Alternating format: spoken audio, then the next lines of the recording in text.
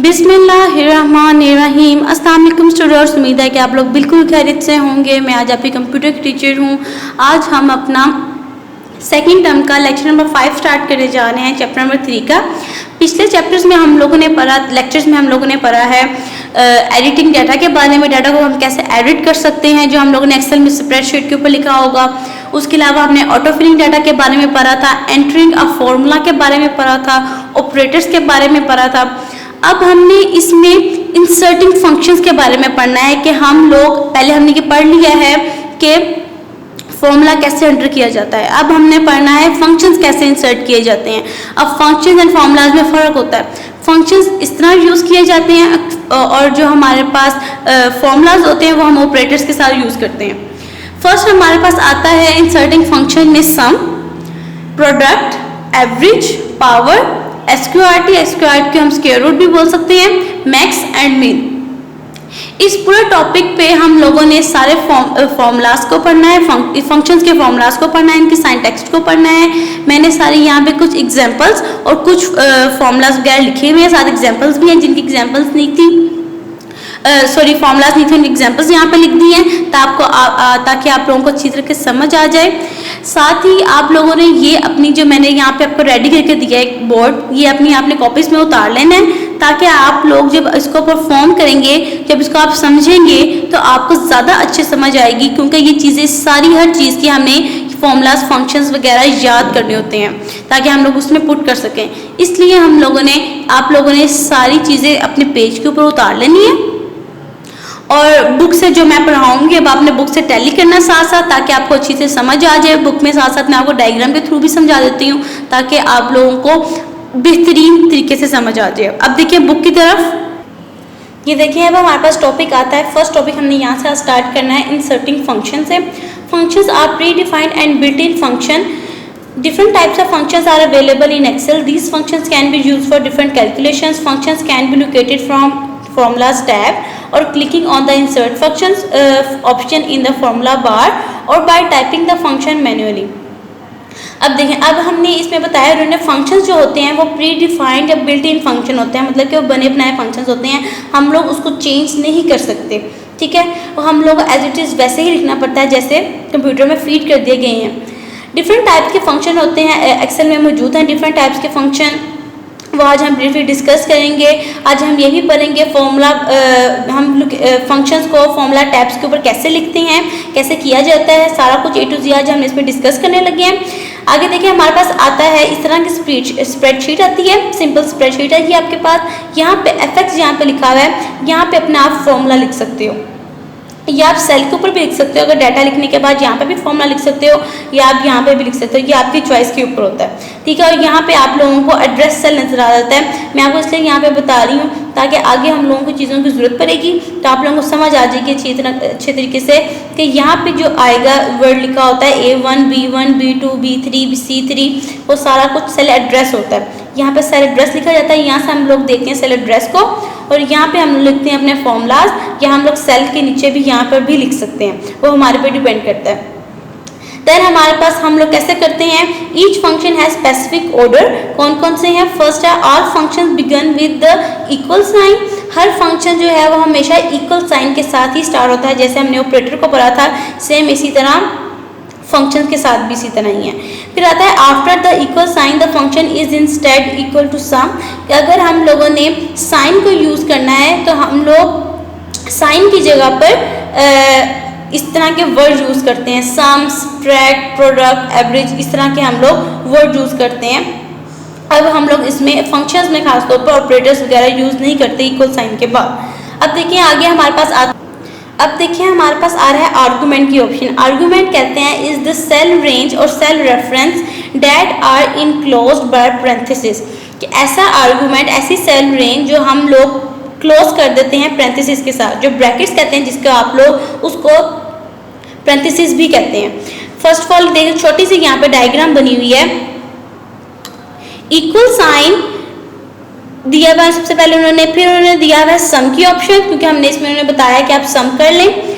आगे पैरेंथेसिस है, पैरेंथेसिस के अंदर आपने आर्गूमेंट लिखना होता है। जो सम है वो आपका फंक्शन का नेम है और जो ब्रेसेस के अंदर हमने जो लिखना है वो हमारे पास आर्गुमेंट कहलाता है। ठीक है, आर्गुमेंट क्या होता है? आर्गुमेंट होता है सेल रेफरेंस, सेल एड्रेस जो हम लोग लिखते हैं। मैंने अभी आपको जगह बताई है जिधर सेल एड्रेस लिखा हुआ आ रहा होता है, वो जो सेल एड्रेस है यहाँ पर जब लिखेंगे तो वो आर्गुमेंट कहलाता है। ठीक है, इसमें हम एक से ज़्यादा लिख सकते हैं और उसको सेपरेट कर सकते हैं कॉलन के साथ भी, कॉमास के साथ भी।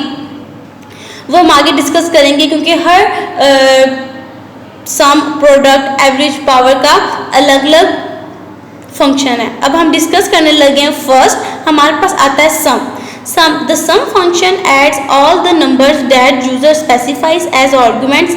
Each argument can be a range, a cell reference, an array, a constant formula on the result from another function।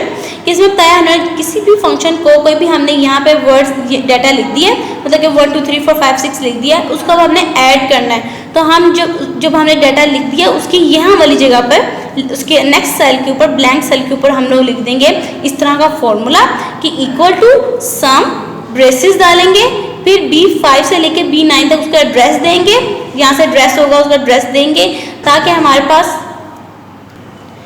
इस तरह फिर हम लोगों ने लिख लिया ये। उसके बाद आता है हमारे पास प्रोडक्ट, कि हमारे पास सम का क्लियर हो गया, फिर हम लोगों ने एड्रेस लिख के उसका क्लोज कर दिया, एंटर करेंगे तो हमारे पास रिजल्ट आ जाएगा।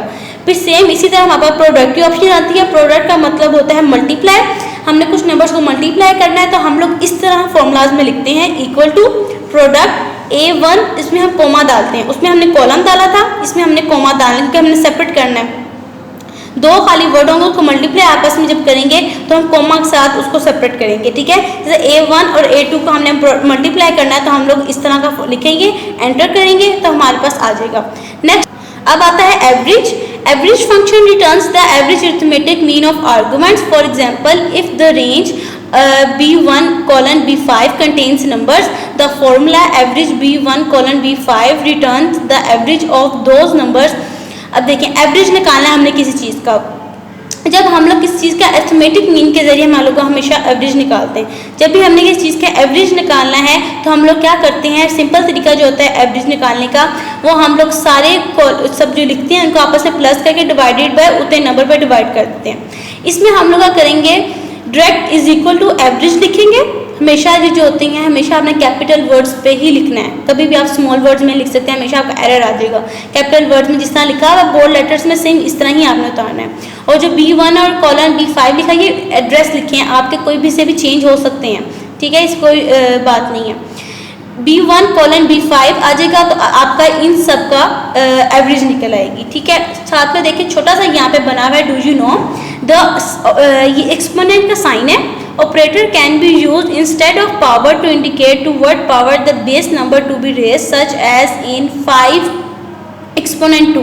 जब हमने इस तरह का निकालना हो, इसको एक्सपोनेंट हम यूज़ करते हैं कि 5 को हमने 2 टाइम्स मल्टीप्लाई करना है। ये हमने या 3 होता है तो 5 को 3 टाइम्स मल्टीप्लाई करना है, मतलब कि 5 मल्टीप्लाई 5 मल्टीप्लाई 5 इस तरह। तो हम लोग हमेशा एक्सपोनेंट का साइन यूज़ करते हैं। कंप्यूटर में हम लोग एक्सपोनेंट का साइन यूज़ नहीं कर सकते, इसलिए हमने उन्हें पावर का नाम दे दिया। ठीक है, इसमें हम पावर यूज़ करते हैं, equals to power. Again bold letter में लिखा हुआ है यहाँ पे, आप लोगों ने इसको हमेशा कैपिटल लेटर में लिखना है, देन नंबर आ जाएगा, नंबर के साथ पावर आ जाएगा। यहाँ पे नंबर पे आप लोग कोई भी रियल नंबर जो आपका होगा वो लिख सकते हो, और पावर पे आप लोगों ने एक्सपोनेंट का साइन का मतलब होता है कि जितने नंबर्स के साथ आपने इसको पावर देनी है वो आप लोग साथ दे सकते हो। जैसे आप लोग मैथ्स में करते हो ना कि 5 की पावर देते हैं 2 या 3 पावर दे देते हैं, इसी तरह सेम कंप्यूटर में भी होता है। और कंप्यूटर में हम लोग एक्सपोनेंट का साइन यूज़ करने के बजाय पावर की वर्ड यूज़ करते हैं। ठीक है, क्योंकि हर उन्होंने साइंटेक्स दिया हुआ है तो इसलिए हमने इसको ये यूज़ किया। साथ उन्होंने एग्जाम्पल भी दी है, पावर 5 के 5 को 3 टाइम्स 55 को 3 टाइम्स मल्टीप्लाई करना, जो आंसर आएगा वो यहाँ पे लिख देना। फिर अब जब हम लोग ये फंक्शन लिखते हैं, जब एंटर करते हैं, ये फॉर्मूला जो होता है, फंक्शन जो होता है हमारा, ये खत्म हो जाता है, हमारे पास सिर्फ आंसर लिखा हुआ नजर आता है।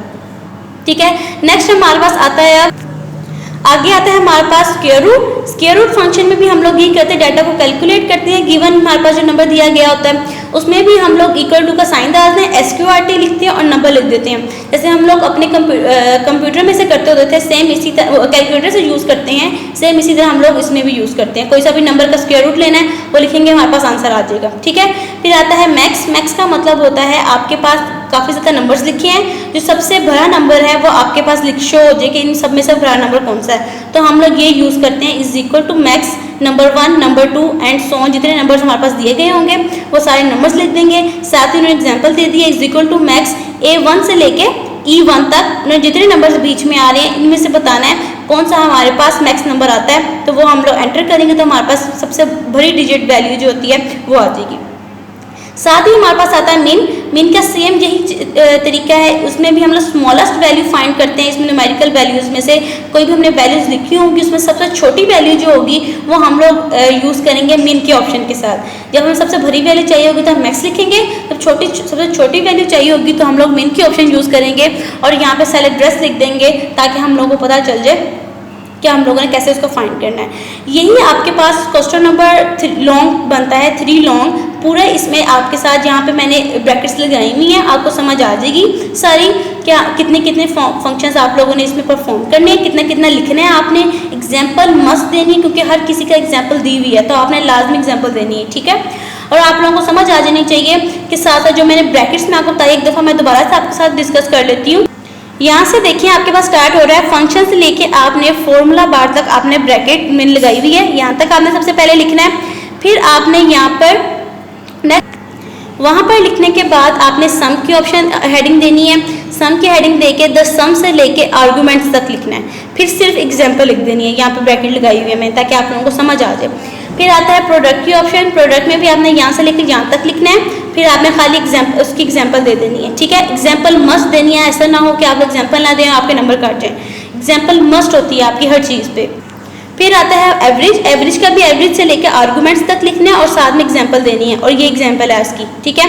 फिर आपके पास आता है पावर, पावर की आपने यहाँ से लेकर यहाँ तक लिखना है और इसकी यहाँ पे आपने दे देनी है साथ एग्जाम्पल, ठीक है। ये आप लोग सिंटैक्स भी लिख सकते हो, यहाँ पे एग्जाम्पल भी लिख सकते हो। एग्जाम्पल लिखना ज़्यादा ज़रूरी है, ठीक है। आपका डू यू नो दिया हुआ ये सिर्फ समझाने के लिए था, ये आपने लिखना नहीं है पेपर क्वेश्चन के अंदर, ठीक है। फिर आता है आपके पास स्क्वायर रूट, स्क्वायर रूट का भी आपने स्क्वायर रूट से लेकर नंबर तक लिखना है। नंबर तक लिखने के बाद आपने इसके साथ ये वाला एग्जाम्पल दे देनी है। फिर मैक्स की ऑप्शन आएगी, मैक्स का भी आपने द मैक्स से लेके न्यूमेरिकल वैल्यूज तक लिखना है। फिर आपने उसकी भी आगे से एग्जांपल दे देनी है। फिर आपके पास मिन की आती है, मिन का भी द एक्सेल से लेके न्यूमेरिकल वैल्यूज तक एक लाइन लिखनी है। फिर दोबारा उसकी एग्जांपल दे देनी है, ठीक है। उम्मीद है कि आपको लेक्चर समझ आ गई होगी, बहुत ईजी है, बिल्कुल मुश्किल नहीं है। आप लोगों ने जो मैंने आपको बोर्ड पे एक चार्ट बना दिया है वो आपने अच्छी तरह से पढ़ना है, आप लोगों ने वो याद करना अच्छी तरीके से, ठीक है। आप लोगों को अलग से इसलिए बना के दिए ताकि आप लोग एक पेज पे उतार लो, फिर जब हम इसको परफॉर्म करने लगोगे तो हम लोगों को पता होगा कि हमने इसका कौन सा फॉर्मूला यूज़ करना है। उम्मीद है कि ये आपको समझ आ गया होगा और आप लोगों ने सारे अपने क्वेश्चंस जो मैं आपको करवा रही हूँ ये आपने अपनी कॉपीज़ पे लाजमी उतारने हैं ताकि आप लोगों को कोई भी मुश्किल पेश ना आए। टाइम वेस्ट नहीं करना बिल्कुल छुट्टियों में भी अपना। और थैंक यू, अल्लाह हाफिज़।